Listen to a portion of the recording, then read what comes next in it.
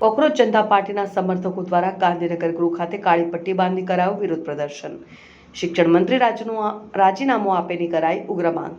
गुलाब जिंदाबाद અને पहले लड़े ते गोरों से अब लड़ेंगे चोरों से ना लगाव्या नारा। विरोध प्रदर्शन करता તમામ લોકોની પોલીસ દ્વારા કરાઈ અટકાયત। તમામને ઉચકીને પોલીસ વાનમાં બેસાડી પોલીસ સ્ટેશને લઈ જવાયા।